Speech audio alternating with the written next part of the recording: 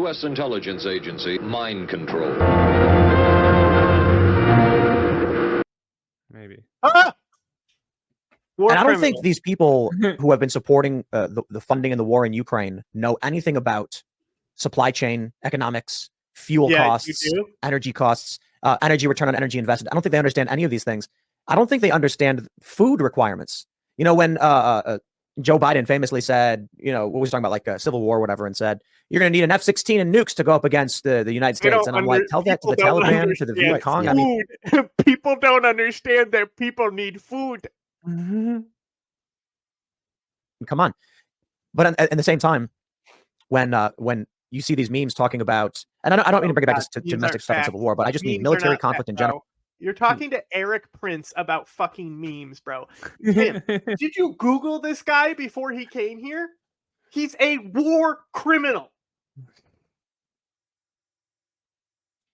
A hardened war criminal, too. Yeah, who's like high up in our government. You know, you know who he did a lot of dealings with? Saddam? No, our government. He worked for us. Who do you think he was working with a lot in a recent ad? And the dynamo of energy and excitement, Jared Kushner. That's funny. Mr. Kushner, all of this must have a cost. He said it never happened. He said the Holocaust never happened. Thank you, Jared Kushner. Ukraine, for instance, food. If men are not eating, they are not fighting. And your multi-million-dollar rocket systems may as well be a brick sitting in the middle of the field. Novices argue tactics, professionals plan logistics. Yeah. So you talking about Magic Gathering? Ukraine has food. So they make novels that go along with the story. Feed the world, you dumb fuck. You're the one. You're saying other people don't know about the supply chain and how they get the food to Ukraine. Jesus Christ. We should be sending corn, like fucking Hellfire missiles, shooting corn cobs out of the drone to feed Ukraine. What a fucking moron, bro.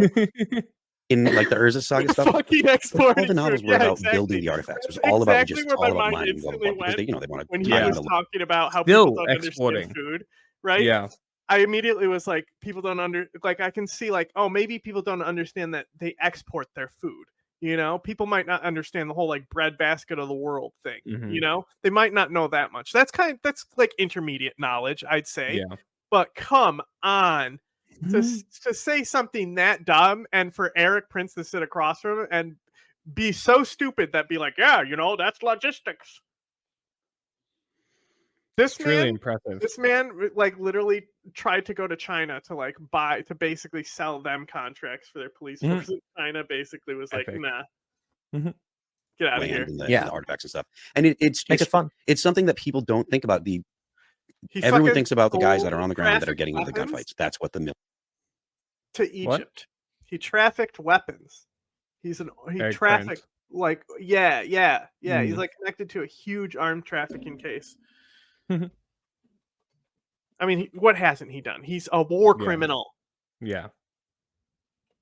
Military is when they think about it, and really what the military modern military is bringing modernity with you, just like you said earlier, is like the concept of just drill where you are, get the oil that's there out, refine it there, and make the fuel that you need. Like, that's something that your average person would never think about. Like they don't. Libya.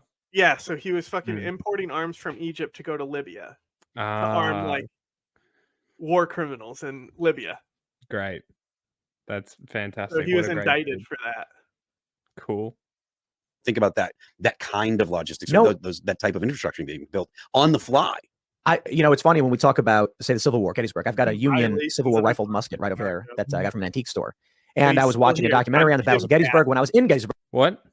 Like, he's on fucking Timcast, bro. Yeah. Erik Prince is on fucking Timcast. It's only 40 minutes away. And it was really fascinating to hear about the Confederates' use of breech-loading rifled muskets versus the Union at the time. They had begun using Confederates were using muzzle loading to breech loading. Yep. The Confederates were using muzzle loaders, and the Union started using breech loaders, which rapidly increased their speed. And we're also fascinated by, wow, the Confederates never saw it coming. The Union soldiers had these paper cartridges they could breech load and very, very quickly relative to the muzzle loading. And then no one ever... What? He's talking to a fucking arms trafficker about how like it's crazy that breech loading weapons came along and they didn't even know what to do. This But dude Tim's an like sells expert. fucking missile systems to people. Tim's Tim. an expert. Tim's an Oh. expert. Bro, they literally Blackwater in Iraq, like they had choppers, right? And they would fucking harass other rival companies, like land the choppers on top of them and shit. And, What like, the fuck? like teabag them with the helicopter. when That's they were, like, sniper hilarious. posts and stuff. It was What the fucking fuck? dangerous, is what it Of was. course it was, yeah. I'm surprised They they were didn't like kill known for anybody. having their helicopters in the air and just gunning people down. What You the know, fuck? they would just go out there with helicopters. Epic. Great people, obviously. Yeah. And then there's that. Never talks about And where what? they killed, where the youngest kid killed was like 8 or something, Yeah. Fucking crazy. and they would run over people in traffic. There's video of them running Mhm. over people in traffic and killing them, and laughing. Yeah, of course they were. how did any of these guys eat? Wagner. It's literally America's Wagner.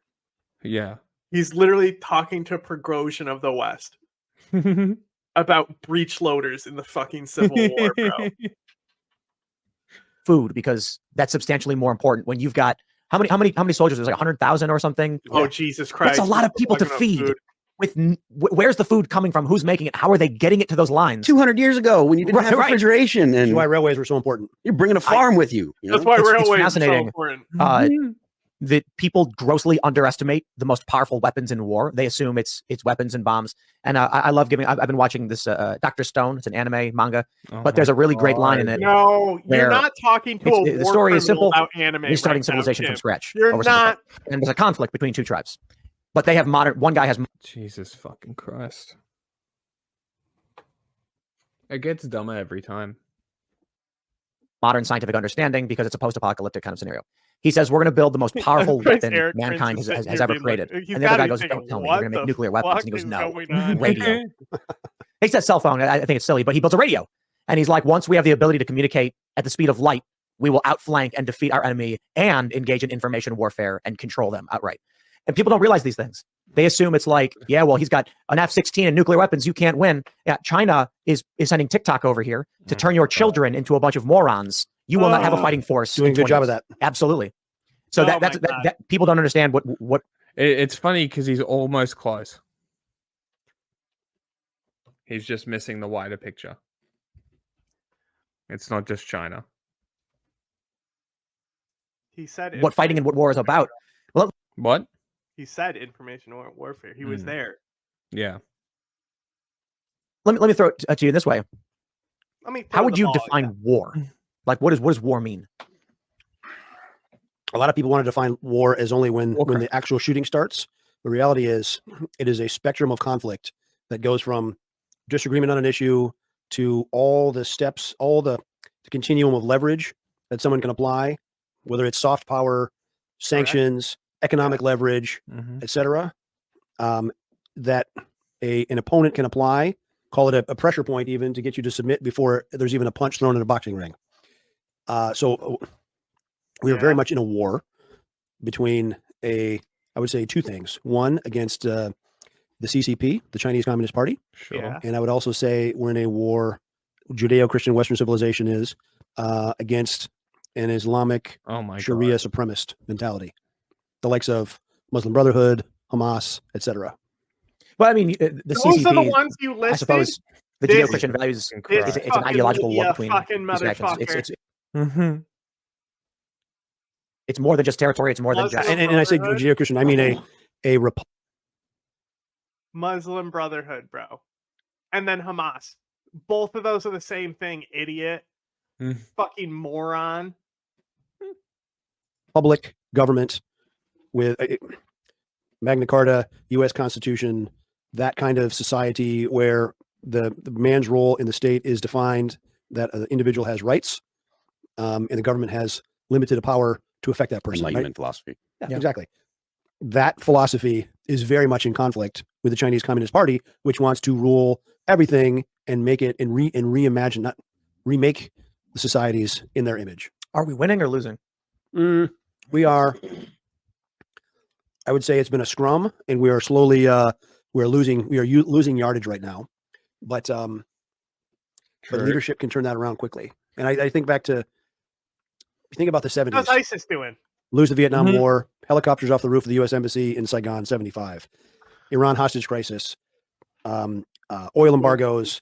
The President of the United States is on television. Jimmy Carter saying, crazy. Are you mad that wars ended because it means less money in your pocket? It was bad. That's literally what it is. Yeah. Did he say that? Oh yeah. Yeah.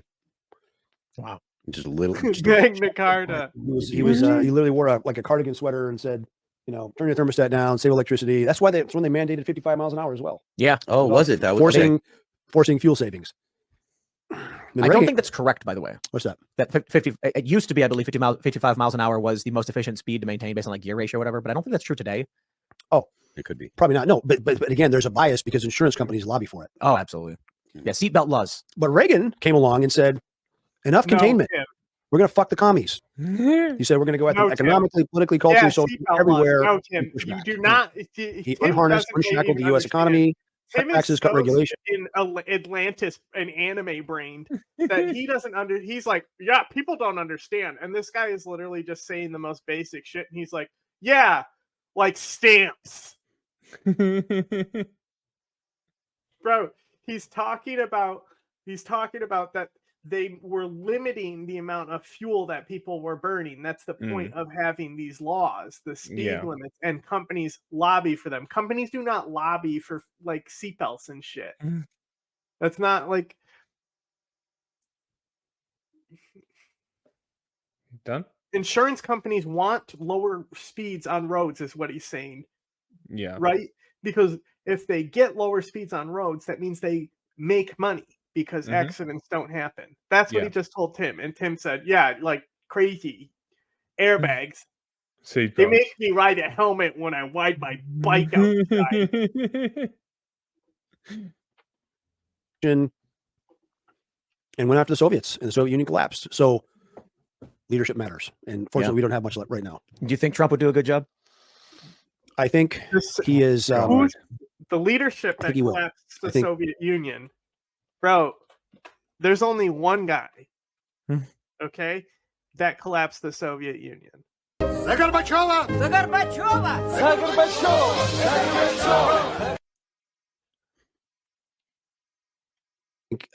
Yeah, but seatbelt. He certainly has to have learned lessons from, which is true. They do. Also, Tim does have a point. It technically you could say that yes, the seatbelts and the safety features, like with insurance. Like obviously, like, but if you're dead, the insurance company doesn't have to pay for the car, bro. It's going to be you got life insurance. And he knows. Yeah. Look, I think the real constitutional crisis is that we're supposed to have 3 branches of government in America. The reality is we have 4. We're supposed to have an executive and a legislative and judicial, but we have a permanent, unelected, unaccountable bureaucracy that does whatever the hell they want, and they must be brought to heel. Okay. And even if that's going back to an Andrew Jackson, fired, even if it means going back to an Andrew Jackson style spoil system, because effectively Andrew Jackson, can you lay that up? Andrew Jackson collapsed early on before the civil service. It was the paradigm that civil service were above politics and would never. Are you gonna expand, or we're just gonna let him cook? I don't remember the fucking specific policy, but he basically deflated his own currency. Sweet. Like he made the currency collapse with his fucking policy. Never tilt towards one party or the other. That's kind of the rules that made it so that civil service can't be fired. Andrew Jackson, before that, said, well, if a government's elected, they should be responsible for everybody that's in the government and should be able to hire and fire anybody. True. From bottom to top. There's a novel idea. Yeah, but look, what Milei is doing in Argentina is so exciting. He said now Milei in Argentina, he's got the right idea. Okay, so here's what he did. So he took out America's second central bank. Because he was like, you know what's bad? Central banking. So he took out our entire fucking. He literally took out the economy. He fucking torpedoed his own economy. What an idiot! That's awesome. I mean, any man that takes a chainsaw to a political rally, I can identify with. Absolutely, that's what I'm talking. As a symbol, there was no chain on it. No, true, true. But But yes. But message delivered. Yeah. But yeah, the guy is literally he just unshackled the Argentine economy. In fact, he even went back to and you can use with all states having their own economy and bank. Oh, okay. Epic. Sweet. Now nobody gets that New York money. Mm-hmm. To settle a debt now. Wow. So I mean, al-qeada. that I think like Vivek needs to start. Imagine aid from New York having to go through a currency exchange. Bro. Wait. Imagine New York currency having to go through currency exchange to go help a poor country. You could send like $500 and it would help Alabama because it would be like worth about $10 million there. Saying that it's a meme. For all Everybody the stuff gets he's gonna it. cut. Yeah, and Millei's doing it. Yes. Well, it's I amazing. mean, his Rhode first day in Island- office, Rhode immediately after Island inauguration, he actually- zeroed out. Actually did that though, because the main reason we centralized the currency is because Rhode Island did that. So Rhode Island basically like was a renegade state, and they basically devalued their own currency to like give the finger to like the government, and then they have to write the constitution to centralize the bank. So Rhode Island couldn't do it. Okay, cool. Hilarious. Yeah. Rhode Island's epic. Anyway, A whole bunch of agencies. Yeah. I'm a little surprised that he seems to be having the success that he's having, because and the longevity of life. Yeah, I'm a whole continent away, and I'm not super familiar with Argentina's political situation. You got one pulled up? No, but I was starting. Now the things work on the ground, but from an outside perspective, it is surprising to see someone make those kind of dramatic changes. And I hope that he continues. Well, let's continue with war criminals. Why would I work for you instead of staying in the military? I'm assuming as a private contractor, you probably have way more to offer. Hey, we have than an the military episode does, about this. right? Because they like the chance to do it right. What does that mean? In a non-bureaucratic, non-nonsense way. I remember being a Hummer mechanic, and we would order parts, and I would look at the number, and I'd say, "Yeah, this part is $800." I'm like, why is this $800? And you go look it up. You talk to Mercedes or yeah, it's a $70 part. Yep. We're spending $800 on. Yes, we are. What are you talking about? It's kind of what happens here. So is that kind of what you were talking about, when money was being wasted? Yes. Like our first State Department job, which didn't come until probably 03 or 04. I find it so funny that he puts his own stickers over water bottle labels instead of just removing the label. Bro, he puts stickers on his own fucking microphones, man. It's so funny. High-end special operations units. We knew what we were doing. We knew our costs. Yep. The first price we submitted to state, they said we can't accept this. I said, why? It's so low. I mean, It's look, not if being Road fair. wants to sponsor us, I'll That's- make sure that's the that this idea. is kind It's of so shot. funny. Have you been to It's dry so tanks? funny. Erik Prince being here, like, yeah, because we can do it for cheaper than the state. Bro, you were literally sued for being criminally negligent because you caused the Blackwater Bridge incident because you couldn't give your fucking guys a map. Like, who are you to talk? You literally caused the incident that turned into the first and second battle of Fallujah. You dumb fuck. Shut the fuck up.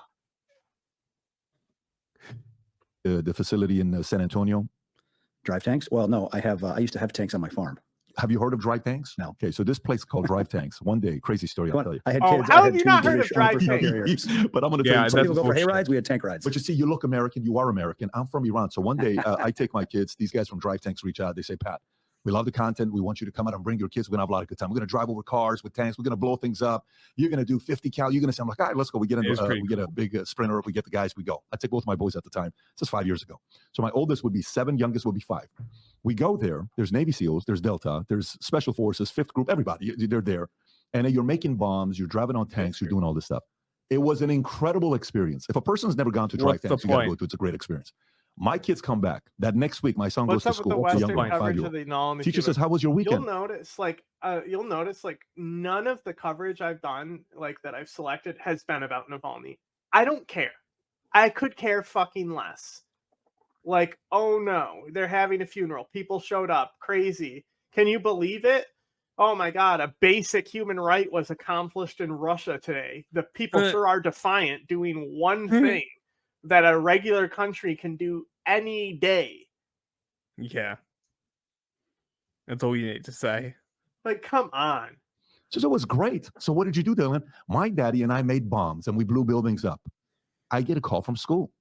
The teacher says, your son can't say stuff like this because I'm from Iran, so they're freaking out. So, well, what did my son say? Yeah, I said, bro. Your son said you and him made It's bombs. because you're from Iran, not because he's mentioned bombs in school. Yeah, totally. Blew up buildings. I said, my son's not lying to you. Well, sir, what do you mean you guys made bombs? I said, man, we went to this place in a military facility. These are trainers, drive tanks. Here's the video. Oh my God, he scared the kids off. I said, this is an innocent kid. He's just giving you experience. Anyways, we had a great time with it. I ask you this because was this kind of like a hobby or was it a business? Did you see it being $1 billion business? Was it kind of like, let's see what it's going to turn into? Was it a clear vision? You saying, the school, instead of disciplining him, called you as a parent and said, hey. I mean, they did the right thing. Hey, crazy. It's like have you seen the picture about the mom on the selling the last snow shovel and everyone wanted to buy it? No, I haven't. I think we can turn this into $1 billion empire. Another formative moment was seeing the incompetence and corruption of the UN in Bosnia, right? The Yugoslav Civil War. Fair enough. And UN forces letting people just get slaughtered at Srebrenica. Let's see if Snopes is real. Snopes says it's not real, which is fine. Miscaptioned. Miscaptioned. How? Miscaptioned how? I'm reading.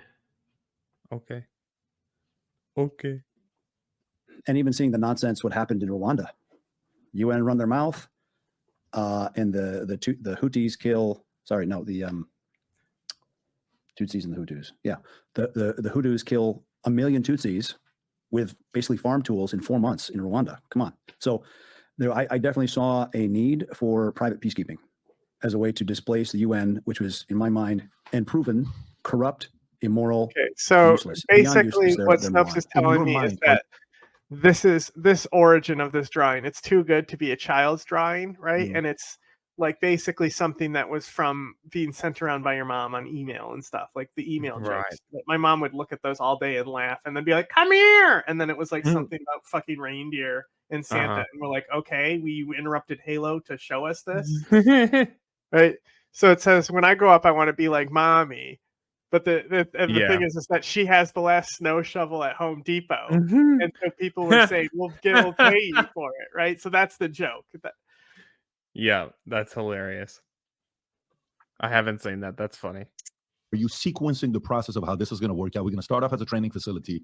We're going to get the word out there. We're going to get the right training in. And then all of a sudden, we're going to be a contractor and we're going to do it better than the military is doing it. Did you kind of foresee that happening? Yes. And seeing what Executive Outcomes did, which is a South African PMC that was formed in the early 90s, the great work. I think we speak about those guys in our recent episode that we just released. Yeah. I was reading. Executive Outcomes, we speak about them, right? We speak about the South African guys. Yeah. So on that social contagion page, there's literally, there's a section that says mental health. Inside the scientific community, influence of social contagion of mental disorders, anxiety, and depression is a topic of debate. Claims about social cognition and gender dysphoria have led to rapid onset gender dysphoria controversy. Do they say that that's a real thing? The field of social contagion has been repeatedly criticized for lacking clear and widely accepted definition, even though any area of research is marked not distinguish between a contagion and influence, command and compliance. Social network analysis, network science fields, blah, blah, blah, behavior and emotion, blah, blah. Basically, it's a fucking mumbo jumbo term. Doesn't mean shit. Just like fifth generation warfare. Work they did in ending the war in Angola and literally saving Sierra Leone from almost an ISIS-like force called the Revolutionary United Front. They cleaned it up in 120 days and then were forced to leave by idiots at the State Department, only to have the country retaken again by the same bad guys. I knew there was a place to do peacekeeping and stability operations infinitely better than what the status quo was. Are you and in doing so, and then you caused the first and second battle of when you're talking to the first guys you hired, are you selling them that vision? No. Okay, so they don't know. Their simple wanting to come over to you is the fact that 5 and 10 meter target was, we're going to run a fantastic training facility and you get to innovate tactics, techniques, and procedures. And we wanted to be a place where, because at that point, This is actually someone who's on the caliber for Erik Prince, though. Like Tim Pool talking to him. Yeah. Embarrassing. Yeah. The JSOC units were not doing a whole lot of close quarter battle and door kicking and that stuff. Actually, the people to really learn from then was LA SWAT. They taught the best hostage rescue. SWAT. Yeah. So we brought Ken Thatcher, senior guy from LA SWAT, out to teach courses at Blackwater. And so we wanted to make Blackwater the repository, the crossroads of tactical expertise. Got it. Okay. So 400, 800, 1.2 million, 1.6 million. The reason you got LA SWAT is because you were more like a fucking police force, right? Because you didn't have like full government weapons. You couldn't just call in airstrikes and shit, you know? You had to use more of police type tactics than military type tactics. That's why you called in LA SWAT. And that's probably why you killed so many civilians, because you got trained by police. Yeah. And also because you have no fucking overhead. You know? 35 million. Yeah. Completely independent. You know?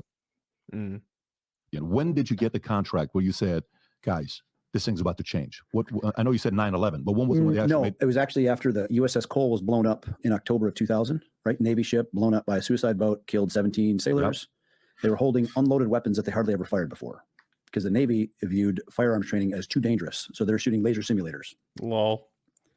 So the Navy came to us because we were training lots of soft units. And they said, could you train sailors to protect their ship, retake their ship, all the elements of small arms, which the Navy had basically abrogated knowledge and responsibility of. So this is still training, though, right? You're still not deploying. No, correct. Okay, so when? But that was a $7 million a year contract. I got you. Nice. Which is real for us. Now it's official. Now you're sitting there saying, guys, something happened, but it's still training, right? Yep. At this point, how many former military vets, SEALs, I'm talking high-level soldiers, do you have? When you got the $7 million contract. High-level ideas. For that kind of training volume, it's probably 30 instructors. 30 instructors. Okay. Because we had to stand up facilities in Jacksonville and Groton, Connecticut, and San Diego and Bremerton, Washington. Okay. So now that's happening. You got the $7 million. What's the next call to say, hey, we actually need a private military contract to send soldiers out? When was that? After 9/11, a high-level job for the CIA in Afghanistan. How big was that? For the CIA? That was 18 guys. 18 guys. Yep. Got it. 18 guys because the military didn't want to do it with less than 250. The military didn't want to do it. They asked the military to do that, and they wanted 250 people. They said we will not do it with less than 250 people. You were able to do it with 18 people. Yep. Okay. So when that call comes in, and then the next one after that, 18 people and the ability to conduct war crimes, that enabled a lot of GWAT activity, and there was 166 soldiers there, and we replaced it with 25 of our guys. 106 with 25. In that case, they had 28 soldiers, an infantry platoon, and 138 people supporting the 28. And we could send 25 guys, 5 of which were dual-hatted to keep the power, the water, the sanitation, the comms, and the food running.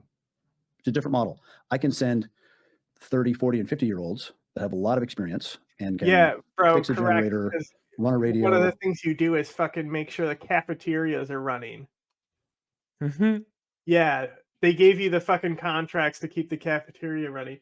You know, it's there's a lot of footage of like the like people who were just driving trucks for the military, like getting ambushed by al-Qaeda in Iraq and IAI. And there's just they're like on their phone, like trying to hide in their truck, being like, "Help, help!" Nobody's coming to help you, bro. Nobody's coming for you. And fix a desal pump, versus the military sends lots of 18 and 20-year-olds that can do barely one thing. So at this point, what percentage of your business is intelligence? What percentage is muscle? What percentage is protection? The cost of deploying guys to weird places, that cost gets high. There you go. We're not doing our job. You have the Houthis, which are basically behaving like long-range pirates armed by the Iranians, have closed the Bab el-Mandab, the waterway, and is really choking off Egypt. Egypt is in danger, grave danger. 40% of their GDP depends on Suez Canal traffic, which has now dropped by 90%. Last week, the Egyptian currency devalued over 25%. Insane. So you have 110 million people, a very poor population, prone towards Muslim Brotherhood, Ikhwan attitudes. The only reason the Ikhwan is not in power there is because Sisi took over. You talk about danger, all the equipment of the Egyptian army in the hands of a Muslim Brotherhood leader, that's a big problem. Yeah, so again, I'm asking this question maybe for my own self-interest, and I think there's other people like me that are interested, meaning, there's a group of people that will sit there and say, well, they're all doing it for money. The NBA plays the game for money. People make movies to make money. If you can do it with your passion and you make the money, even better. Capitalist builds a business and does it better. If you're not getting paid a wage, you're not a free man, you're a slave. That's right. And so that goes back to the message you said earlier. I get it. And people join the military and you have to pay them well to do so. Well, we're not even giving them a raise. I mean, according to what's happened with inflation. We're blowing a lot of money that we should just be paying guys directly on lots of nonsense. That's could it actually work if the U.S. government, just like you're talking about the 5 contractors we have that were buying stuff through Boeing, General Dynamics, all these guys, would it work if we had 50 PMCs that the government hired to work through? Could that work? Think of it this way. In the continuum of statecraft, you have diplomacy. He's like, what if we ran it like Russia does their military? Yeah, how's that working for Russia? It's doing well? Now they're sending waves of conscripts and prisoners? It's not even just like Ukraine, though, They have PMCs all over. Yeah. On one end. So you have embassies and international conferences. Right. And on the other end, you have a military that is big and conventional, aircraft carriers and tank divisions and nuclear weapons. You really don't want to leave. You don't want to have to deploy that ever because it's very expensive. They should be there, fearsome, with maximum deterrence, like a big snapping dog waiting to be let off leash. Mm-hmm. But the middle is the intelligence world. And that's where we've fallen down because the agency, CIA, is not doing anywhere near the covert actions using the authorities that it was designed to do to solve some of these problems internationally. You didn't fucking know and now, and even more so, you have the Pentagon trying to. Bro just said the CIA isn't breaking as many laws as they were designed to break. That's pretty crazy. much what he's saying, yeah. I wonder if it's because playing fast and loose like they did led them to empowering al-Qaeda and the rise of the Islamic State. Yeah. I wonder if that has anything to do with it. And they basically crowd out the private sector from helping and correcting these situations. Like Guyana. Guyana is Venezuela, the oil. Correct. Yeah. So Venezuela wants to take 70% of Guyana's land, the Essequibo area. And that is a perfect example of Guyana needing a PMC. They need surveillance. They need some specialty manpower to train and advise them. Wagner. They need some lift aircraft. They need some maritime interdiction. Wagner is on Venezuela side. All of which a PMC can do. Oh, is it? Yeah. Hell yeah. Send Blackwater in. Have a Wagner Blackwater battle. Fuck yeah. But the Pentagon goes waiting in there, backed by the Big Five, to say, we're here to sell some helicopters and we're going to sell an aircraft. And it's all nonsense. And Guyana is going to get rolled. And I predict they'll get they will get pressurized hard here by April or May. Okay, so So now you have another country that's going to get damaged due to a lack of American credibility and success. I don't disagree, but so if what an asshole. If an expat goes to PMC, when you join the Army, you join the Navy, hey, I solemnly swear, and you're kind of giving your oath that you're going to. Is there the world's going to get oath fucked up when they because we join don't the have PMC? more mercenaries, dude just said. And the CIA isn't breaking more laws. Just a job. So meaning, well, why would I when keep guys secret? when guys went to work for Blackwater, he's got something about an Iranian communist in there. Did you click that? How much do you know about what happened in Iran? Do you know a lot about Iranian history or no? Okay, so what really happened with, how the Hezbollah, how Khomeini, how these guys came in with the Shah, the revolution that took place with the Shah. How much do you know what happened there? I know that I think it was Mossadegh. Mossadegh was before the Shah. Yes, but he was going to nationalize BP, their oil fields, and so there was somewhat of a sponsored coup, which ousted him, put the Shah in place, and British. He's correct that it's more the British fault. The Khomeini definitely got help from the Soviets to stir up and to oust, right? Because they hated that there was an American friend on the border of the Soviet Union. Anyone who missed that, BP is British Petroleum. Yeah, we also helped Khomeini, though. Yeah. Erik. And, he played both sides. I think the U.S. largely let the Shah hanging and didn't give him the help. Bro, again, the CIA he was dying of cancer. Troubled, weakened. He was dying of cancer, and Khomeini was saying, "Hey, I'll give you a better deal on Church oil." Committee of course, the United States Stansfield Turner just kind of threw out all the sharks, and they were left with minnows. And what a strategic error to let it go. Destroyed an entire region. Now, a question for you. Let's just say hypothetically. And you know what? Someone just told me that the Shah converted to Christianity before he died. Did he really? I've heard that story. Yeah. Yeah, this is his last book he wrote before he died, Answer to History. I just had his son on a couple months ago. We did a 3-hour Reza podcast. Pahlavi? Yeah, we had him on. Very, very longest podcast he's done. We had one of the best conversations everybody around the world was talking about in the Iranian community. But I got a question with this one. Say somebody was to call you, okay? And they said, hey, Erik, we would like to hire you as a consultant, and we would like some ideas. If we we need to know how to get away with war crimes. We know you got arrested for them. My first idea is to break all the law. Come on, man. How would you go about doing it? We need war crime advice. You think I'm going to talk about it on camera? Give me 3 things. I mean, it's just this. First of all, we have a small podcast. Probably 17 people will watch this. Okay, and the 17 people that watch it, they're all going to be around here. Just so you know that. But if I know you can't, do you in your mind know? Like, do you? I know exactly what I do. You know exactly what you would do. Absolutely. Go on, tell us. Who else knows? Some of my friends. Okay, good. So what I'm saying is, so if I get clipped, the mission will continue. That's not what I'm saying. Sure. What I'm asking is like, no, look, think about it this way. Reagan took office in 1981. Yeah. And he sat in the Oval Office because we'd had a policy of containment for 35 years.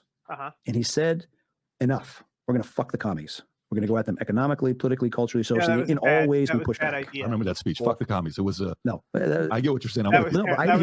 Watch my podcast. Yeah, it was really bad. It caused a lot of human suffering, and it didn't bring a further end to the Cold War. Killing a million people in Cambodia, did bombing those people in Cambodia end the Cold War faster? I guess so.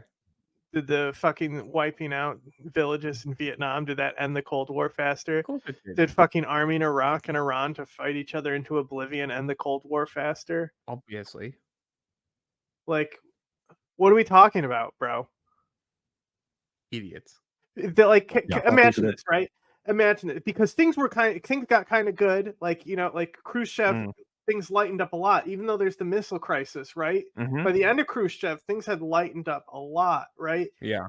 And then fucking Eyebrows comes in, irrelevant ass dude, right? If we weren't fucking around, like nothing would have fucking happened with the Soviets, and like basically. Like Reagan would have set it up so when Gorbachev came in, those policies of perestroika and what's the other one that collapsed the Soviet Union? Glasnost and perestroika. They're the policies that collapsed the Soviet Union because it's a government collapse. It's not caused by a war or the United States or capitalism. It's caused by Gorbachev, right? So that period would have came into effect a lot sooner. There would have been less chaotic of a fall of the Soviet Union as well. So you would actually have those anti-communist results sooner without those actions that Reagan took. He was counterproductive to his goals. He extended human suffering to a great deal. Prince, and you see Jack Wheeler. Put the link below, by the way, so the audience can find it. Jack Wheeler was the guy that went abroad and brought back all the ideas which became the Reagan Doctrine for all the places to push back on the Soviets. And I mean, he's the closest thing to a real life Indiana Jones. Anyway, I digress. What they did, what the U.S. working in concert with the Catholic Church and MI6 in Poland provided communications equipment to the shipyard workers, the Solidarity Movement, students, farmers. Yeah, and it did nothing. All sorts of communications. Nothing. And that. The means to communicate is essential. There's a fantastic book called The Dictator's Handbook. Great book. You've read it. Small. It's a phenomenal. Yeah, but it's a college study on how dictators stay in power. Yeah. So identify who that selectorate is. Who keeps the supreme leader in power? Okay. The IRGC. Obviously, the sad thing is, I think the Arab Spring started in Iran in 2009. With the Green Movement, that's lots of people in the streets, and the regime was so threatened that they had to call in Lebanese Hezbollah to crack heads because they didn't trust the Iranian internal capability anymore. And crickets, nothing from the Obama administration. Not we support Iranian freedom, we support your nothing. Not obviously no direct help or kinetic help, but not even the equivalent of a tweet or a statement. When was Obama in office? The Green Movement? We talk about this in an Iran episode. We do mention that's where it's the start of everything. Yeah, 08 to 16. Okay, 2009 is when the Green Movement was. Okay, so it was right at the very start of his presidency. Djibouti. Yeah. So like with if we show that we talk about the green movement, we show about the green movement in our episode on Iran. It gives you the entire history and context to why the protests take place. Like more of just like everyone knows, obviously, like she was killed because of how she looked. She was killed because she was how she was dressed. But we go through even like how the IRGC functions, and there's this great part where she pulls up the clip. And like the joke is that this guy's dead now because you cannot say the truth in Iran.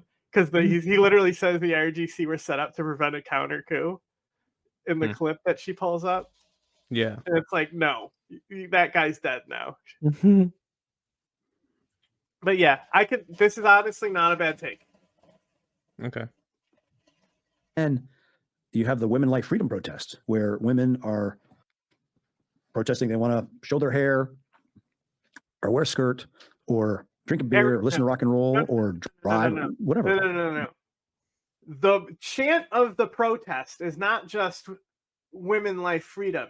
It's I will kill the one who killed my sister. Okay? It is a chant for the downfall of the entire regime, not for their hair to flow in the wind. Very important distinction. Be normal and be free. And you'd think the women's rights groups from around the world would be supporting them, but it's, again, crickets from them, crickets from the left. Of course. Yeah, because it's the Kurds. Empowering those movements. It's more communications tools. It was more than the Kurds, yeah. Well, I remember I used to say this. Like, before COVID, the Iranian regime was the next regime I would predict to fall. Yeah. Nothing has changed. It could go tomorrow. I wouldn't be shocked. Yeah. Vulnerable. Now there's a lot of stuff before that I'll tell you about after we're off camera, but yeah, it's I was talking to Pierce 2 weeks ago, and he asked me the question. I said, Iran, Pierce Morgan, and I said, what Iran fears is not what you fear. Iran fears. Here we go. Oh, I was enjoying that. What I truly tried to get the Trump administration to accept, and even the Biden administration, was a rationalization, a stay behind plan for Afghanistan to keep the lights on, to keep the Afghan government in power, put the Taliban on their knees and make them take a deal. Yeah, that would have been a full spectrum PMC. But instead, and now billions of dollars every year in whatever aid. I would not do a PMC to just play defense and be a bodyguard for the State Department. No, I would do it if we could actually do offensive combat units that could go and do small scale counterinsurgency kind of stuff. The Russians contacted me in 2011. I went to Moscow, November. In Afghanistan? Said, please come and go to Blackwater here.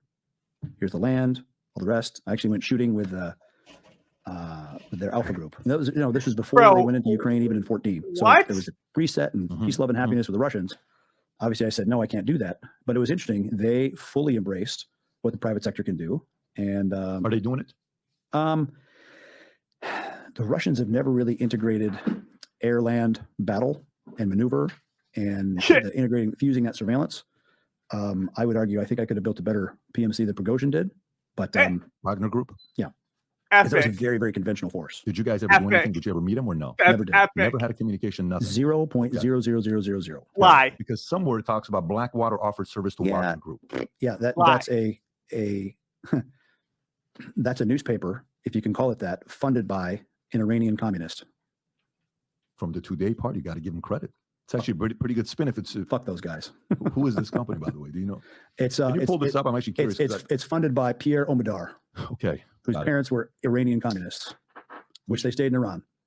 Yeah, that's from the Mossadegh camp. Al Jazeera wrote it, or who wrote it? Intercept wrote it. Okay.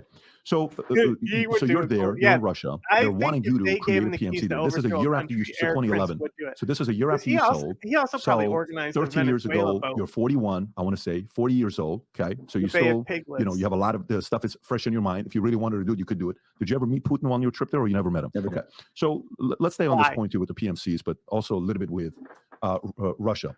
So the House and Republicans pushed back on this border deal that was disguised as a border deal for $118 billion, but only $20 billion was going to the border, $60 billion was going to Ukraine. 2 weeks later, they just come out and they call it the $95 billion bill. And all those numbers you're throwing around, it's disgusting. They say, oh, we're going to spend $20 billion on the border. Right. It's all nonsense. It's all a game. Patrick, you're talking to a man who's implicated in crimes with Trump. You know that, right? Say the Republicans are in charge of Congress. then if they really are, starve the beast, be thalidomide, cut everything down to size. We cannot afford all the nonsense that we're spending money on. And the best thing America could do as a society, as a government, give it to me. is put the whole thing on a very severe diet. I think a lot of people look at what Milei in Argentina has done. Oh in my God, 2 months in office. That's right. It's the equivalent of him cutting a $400 or $500 billion out of American budget. That's what he's done in Argentina. That's right. God bless that man. Yeah, you saw the meeting with him. I don't know if you saw that. I was God there. bless that Look, man. anybody that campaigns with a chainsaw, I can identify with. Yeah. So let me stay on this. 118, then I go to 95, 60 going to Ukraine, 60 billion going to Ukraine. Just be They saying say no, shit. but hear me out. Let me get my question. They say He's no. he's so After amped they up say about no, the chainsaws and stuff Yeah. and the money. the media blames the Republicans. All of a sudden, Navalny dies, okay? Whether it's a blood clot, a Ukrainian spy says it was blood clot, but everybody else says no, Russian spies killed him. COVID. Whatever the story is. COVID. Recent event that just happened. AT&T, But like couple the days thing ago. is, we were I don't just know if saying, that like, happened to you. I think that was a Chinese cyber. The actual poverty rate, the more like the he just basically made the lower class and the fucking struggling people extend and the rich get richer. Like his policies suck. Like, what are you asking for? Fucking this guy. Isn't he the best, bro? Isn't he fucking insane? Why do you say that? Yeah, there's so much. I would predict that was a warning. There's a great before they go do Hassan more aggressive things on Taiwan. Mehdi Hassan. Yeah, he debates him on Al Jazeera. It's like a whole hour long. I would expect provocation by their maritime militia or some of the islands. So because there's Taiwan Island, Formosa, and there's smaller ones like Quemoy and Matsu, which are right up against the Chinese. Eric Prince loves I can see some incidents because because that was all about fighting and war and making money go to war to kill communists. there where they seize those or stage an incident or an accident, and they end up putting hundreds of Chinese maritime militia, which are just PLA troops called maritime militia.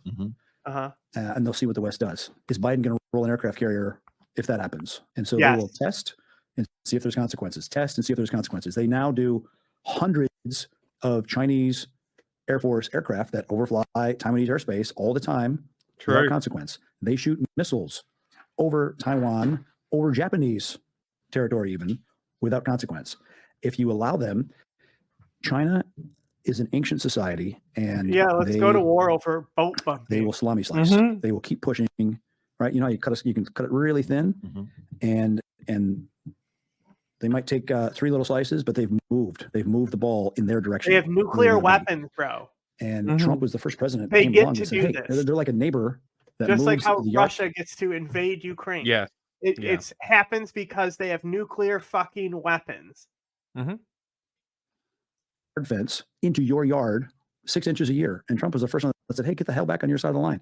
Oh, I can tell you, I spent enough time in China during the Trump administration. They were spooked by him. They were oh my God, trade policies and the controls on certain technologies not going to China. I imagine that they were all laughing at him. They were. That's what was happening. Mike Pompeo pissed them off, though. Once Mike came in, and that was not economic stuff. That was like the Quad stuff. Mike Pompeo did really. Mike Pompeo was effective at doing damage to enemies, for sure. But also, he's like involved in the Doha talks. Like,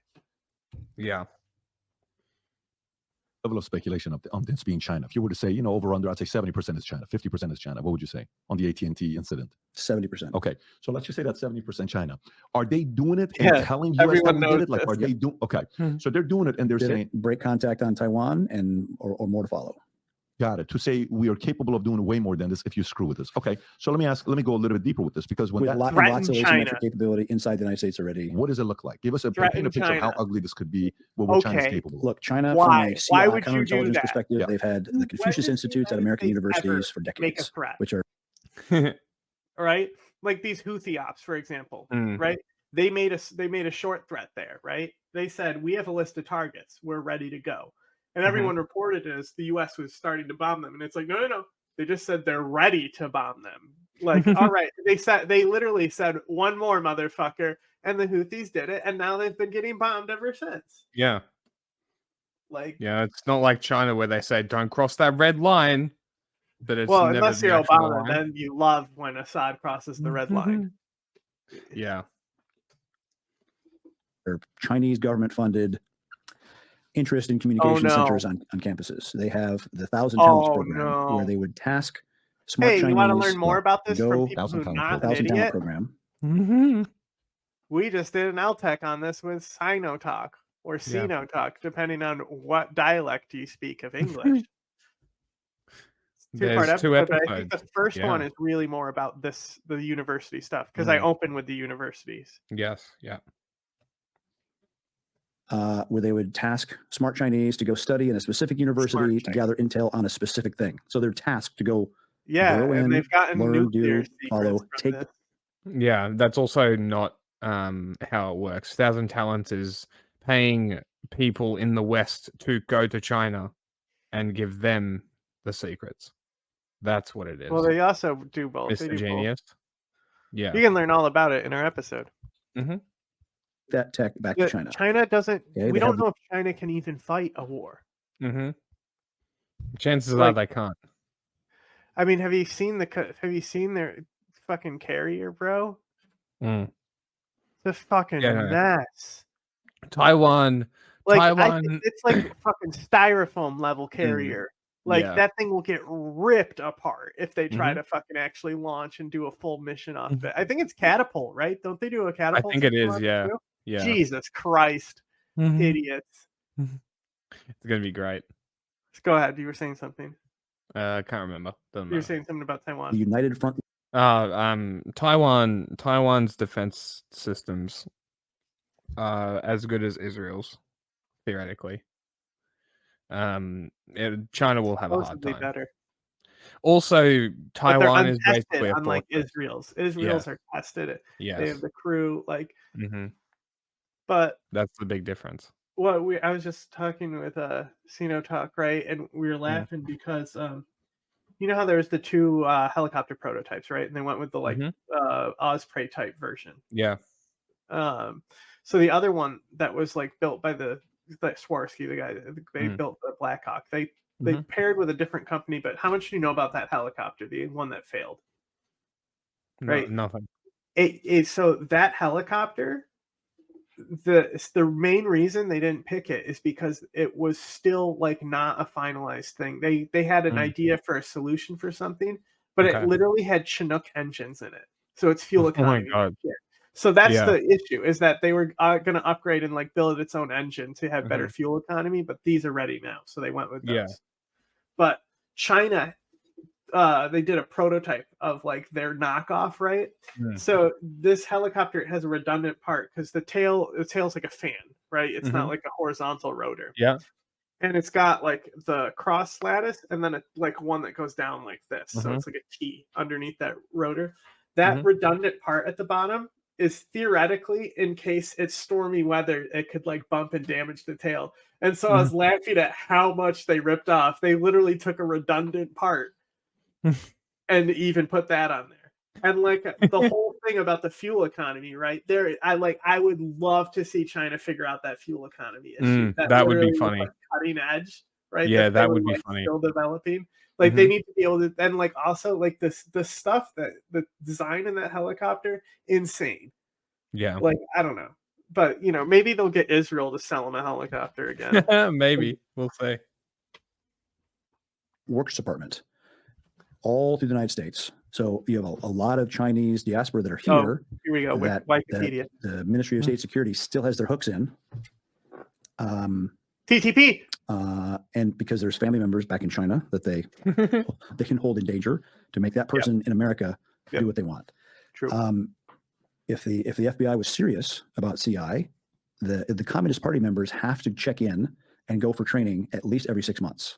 So there's it's called the General Management Department. It's like the HR department of the Chinese Communist Party, and they oversee the training you have to do every year.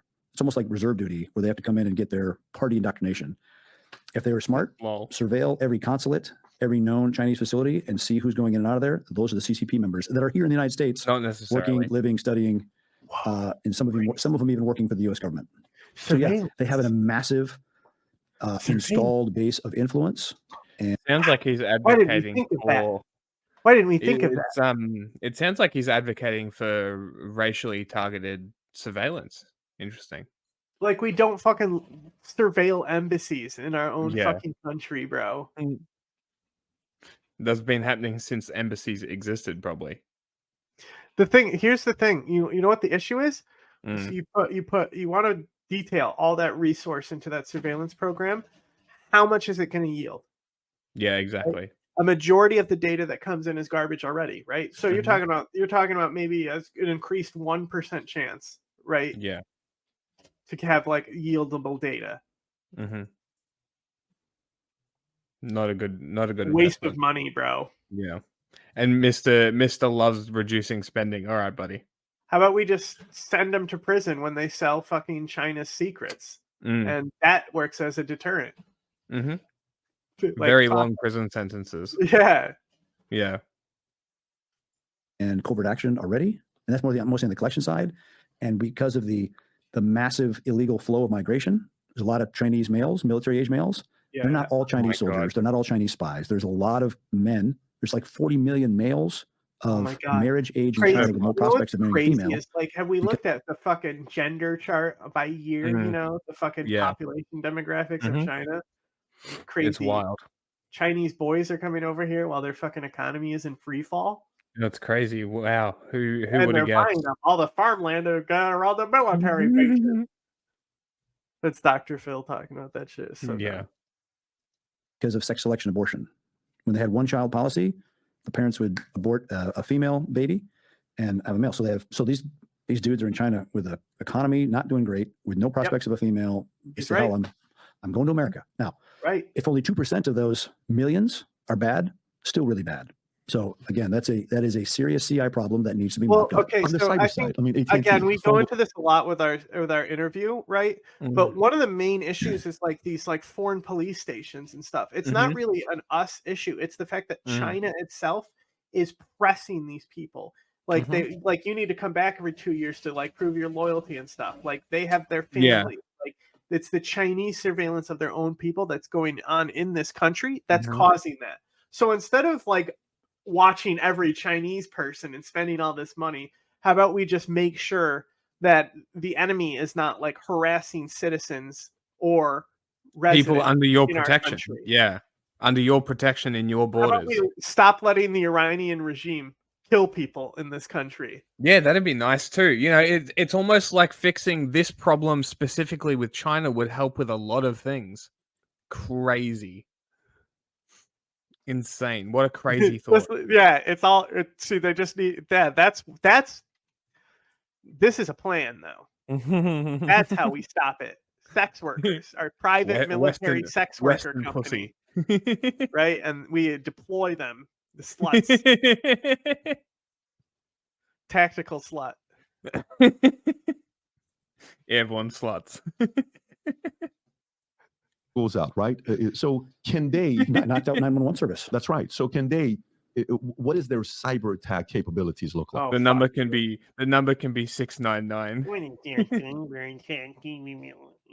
Like how? Like if you were to paint a picture, what could it look like? Quite significant. And if there's Huawei switches and any of that Chinese telecom infrastructure in the United States, which is what Trump was right to ban and to push other allies to ban. When the daughter was trying to come in from Canada and she was doing business with Iran, and Huawei no longer could do business here. I remember that. No, we're only going to talk about our criminal buddies. Huawei switches installed, and so who knows what backdoors that Huawei was started by a ex-PLA colonel from the intelligence business. So yeah, there's no shocker there. Fuck Huawei. But should be paint a banned picture, from the meaning, world. for example, do they have the capability of the week of the election to have 300,000 phones, you know, in make life challenging in certain zip codes, certain areas? It's a good plan. It's a good plan. Honestly, our joke plan is better than every other plan that this fucking war criminal has proposed.